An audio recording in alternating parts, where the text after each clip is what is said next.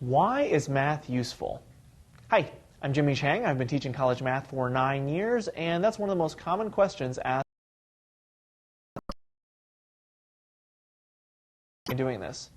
Well, we're here to answer that question with just a few examples as to how math is useful.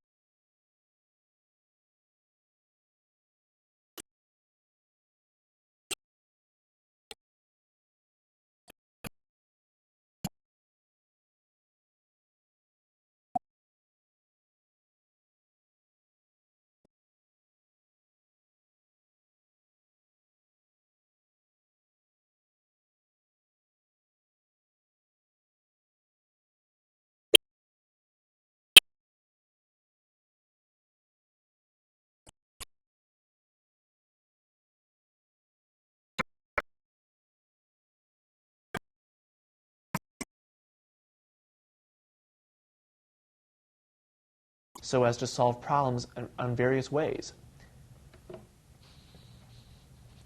Another vital part for which math is useful is financial mathematics.